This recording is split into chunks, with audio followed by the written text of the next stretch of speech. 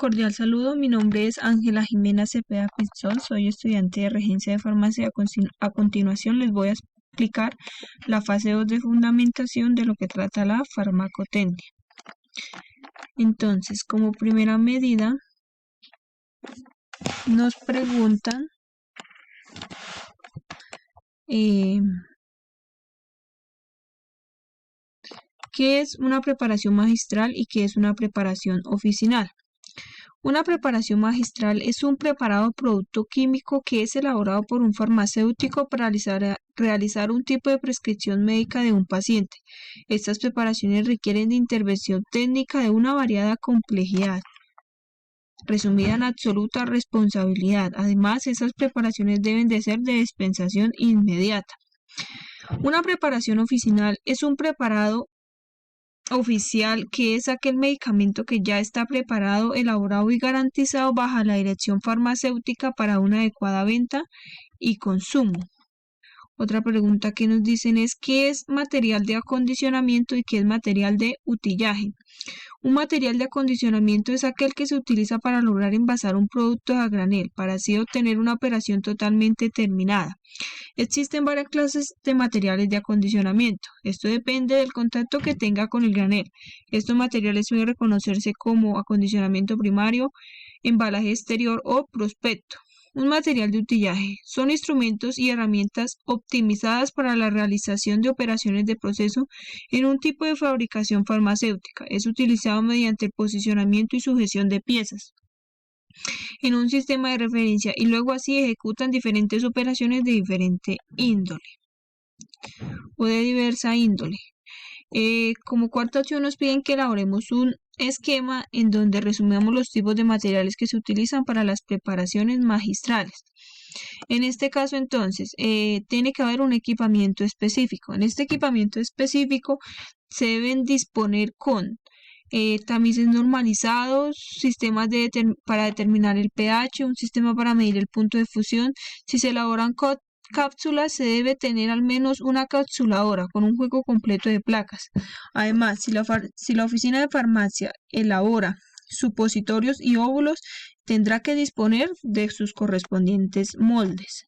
En el caso de que si la oficina de laboratorio de farmacia elabora comprimidos y gragueas, tiene que disponer además de una mezcladora, una máquina de comprimir y un bombo gagueado. En el caso también se debe contar con un equipamiento general. Este deberá incluir una balanza con precisión, aparatos para la medida de volúmenes, morteros de vidrio y porcelana, sistemas de baño de agua, agitadores, espumas de goma y metal, termómetros de mercurio, lentes de aumento, material de vidrio diversos, probetas, embudos, vasos de precipitado, matraces y pipetas.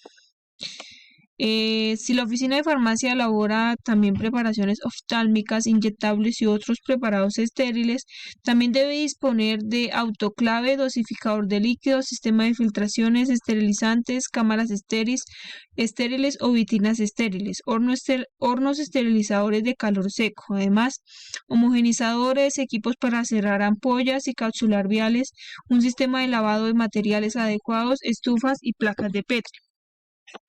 En otro caso, si la oficina elabora liofilizados, dispone además de un liofilizador y una nevera con congelador. Por otro lado, si la oficina de farmacia elabora píldoras, tiene que disponer de un pildorero, y si elabora fórmulas magistrales con productos oxidables, tiene que disponer además de una campana de gas inerte. Asimismo, la oficina de farmacia deberá disponer de un equipo necesario para realizar cada caso las determinaciones analíticas de las materias primas y productos acabados que están establecidos en la Real Farmacopea Española y el Formulario Nacional. Como quinta pregunta nos dicen ¿cuáles son las preparaciones magistrales que según nuestra normatividad pueden ser elaborados por los regentes de farmacia y en qué establecimientos farmacéuticos se pueden realizar? Entonces, se puede decir que para que se puedan realizar las preparaciones magistrales se debe tener en cuenta seguir un protocolo correspondiente, el cual permitirá cumplir con dosis prescritas, reempaque y envase de medicamentos. Las preparaciones que tienen autorizados los los farmacéuticos consisten en que se cumplan que sean no estériles y además de uso tópico. Entre estas pueden ser polvos, ungüentos, pomadas, cremas, geles, lociones. Estas pueden ser elaboradas por un tecnólogo de regencia de farmacia que por su dirección técnica podrá estar a cargo de estas. Las preparaciones se podrán realizar en farmacias, droguerías o laboratorios farmacéuticos que se sometan a procesos de recepción y almacenamiento, además de la dispensación o autorizaciones para las preparaciones magistrales. Como esta pregunta nos piden qué técnicas de limpieza y desinfección se deben aplicar en caso de realizar una preparación magistral. Por primera medida se dice que debemos limpiar adecuadamente el sitio o lugar donde se vaya a realizar la preparación. 2. Debemos limpiar cada uno de los implementos necesarios para la preparación. 3. El aseo personal será indispensable para esto, en especial en adecuado lavado de manos. 4. Debemos utilizar elementos como bata, guantes, gafas, etc., siendo esto necesario para que todo se haga de la manera más adecuada posible. 5. Cumplir con la normatividad necesaria para la preparación. 6. Seguir las normas establecidas para las preparaciones magistrales. Y 7. Desinfectar cada material o químico que vaya a ser utilizado en la preparación. Como séptima pregunta nos piden las características de las preparaciones magistrales no estériles y de las estériles. La diferencia entre estas preparaciones es que la estéril requiere de una prueba de esterilización y la no estéril no. Entonces, para las preparaciones estériles, un producto estéril debe estar totalmente libre de organismos viales. Las preparaciones estériles pueden ser inyectables o no inyectables, que estas pueden ser intravenosas, intramusculares, subcutáneas o intradérmicas, entre otras. Las no inyectables pueden ser oftálmicas, ópticas, intranasales, inhaladores o soluciones de irrigación. Las preparaciones estériles son productos que requieren de esterilidad, ya que tienen un acceso rápido al sistema circulatorio y si se causa infección podría ocasionar un fuerte daño. Por ejemplo, puede ocasionar contaminación de infusiones o bacteriemia asociada. Es importante tener en cuenta que las preparaciones estériles tienen que estar libres de material particulado y libre de pirógenos. Para las preparaciones no estériles, para estas preparaciones se debe contar con instalamientos adecuados, además instrumentos apropiados, teniendo condiciones higiénicas de envase, además que los procesos estén debidamente documentados en el sistema de gestión de calidad y también contando con personal capacitado.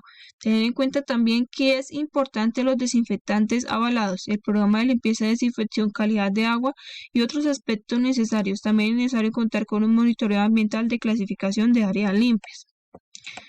Como octava pregunta nos dice, ¿cómo debe realizarse el etiquetado y almacenamiento de las materias primas utilizadas en las preparaciones magistrales? Para el etiquetado, toda materia prima, principio activo o excipiente debe tener un certificado de análisis, incluyendo la declaración donde el número de lote, el de materia prima y la fecha de caducidad o de reanálisis deben ser firmados por un farmacéutico o químico farmacéutico. Por otro lado, se debe hacer controles pertinentes. Si la oficina de farmacia, servicio de farmacia hospitalaria o laboratorio de control de calidad externo, estos deben contar con autorización y habilitación de una autoridad sanitaria competente. También un laboratorio acreditado emitirá certificados de análisis. Es importante asegurar que los proveedores de las farmacias estén cualificados con legislación en vigor. Para el caso del almacenamiento, se lleva a cabo en condiciones ambientales necesarias, donde se asegura una adecuada conservación físico-química, microbiológica, que evite la contaminación, además de los envases. Además, todos los envases deben estar correctamente etiquetados. Como novena pregunta nos piden qué es una materia prima y qué es un excipiente. Una materia prima son elementos indispensables para la elaboración de medicamentos. Es por esto que existe una gran demanda para este tipo de materiales.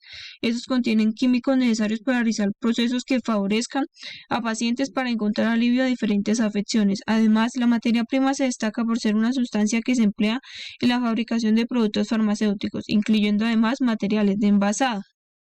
Un excipiente. Un excipiente son sustancias inertes que son mezcladas con principios activos para así conformar diferentes medicamentos y darle resistencia, forma, sabor u otro tipo de cualidades, facilitando su dosificación y uso. Uno de los recipientes más utilizados en las preparaciones magistrales no estériles son los absorbentes, los agentes de recubrimiento, los agentes tensioactivos, los aglutinantes, los antioxidantes, los antisépticos, los aromatizantes, colorantes, conservantes, correctivos, diluyentes, disgregantes, edulcorantes, emulgentes, emulsionantes, endurecedores, espesantes, estabilizantes, humectantes, lubricantes y deslizantes, saborizantes y solubilizantes, además de soluciones reguladoras de pH, solventes, vehículos y viscosizantes. Debemos definir conceptos de masa, diluciones, densidad y concentración.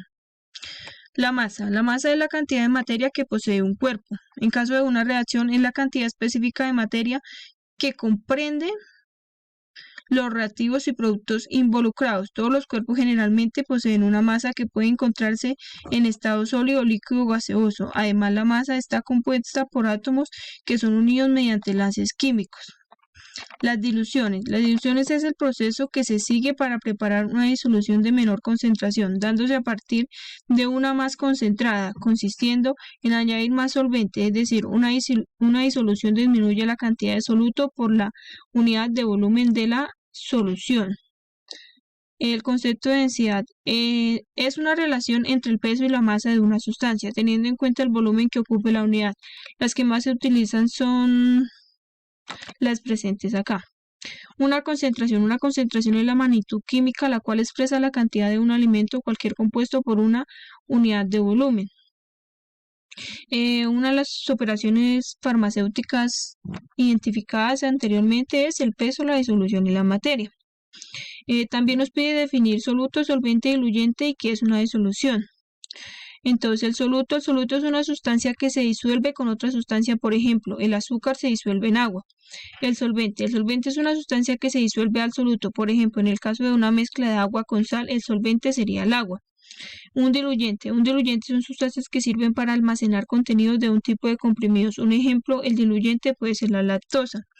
Una dilución es un procedimiento que se encarga de disminuir la cantidad de soluto por una cantidad de volumen de dilución. Por ejemplo, esto puede ser aleaciones entre metales, lo que puede ser un sólido en sólido. Entonces voy a explicar el ejercicio que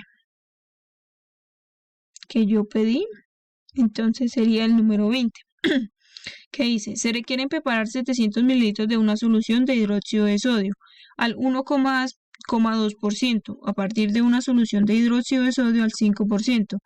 Expliquemos paso a paso cómo lo haríamos y cuáles serían las operaciones farmacéuticas básicas que se realizarían.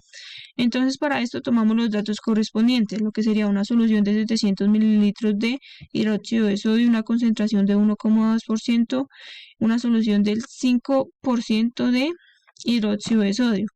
Entonces, debemos tomar la siguiente fórmula para realizar la operación, que es C1 por B1 igual a C2 por B2. Entonces, colocamos cada una de los ajustes correspondientes y empezamos a trabajar en eso. Entonces, tenemos que despejar la fórmula para lograr identificar lo que hace falta, que es el volumen número 2. Realizaremos el respectivo procedimiento, que sería multiplicar el C1 por el B1 dividido en el C2, lo que nos da como resultado 16,8 mililitros.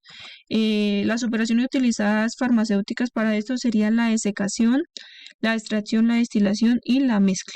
Muchísimas gracias.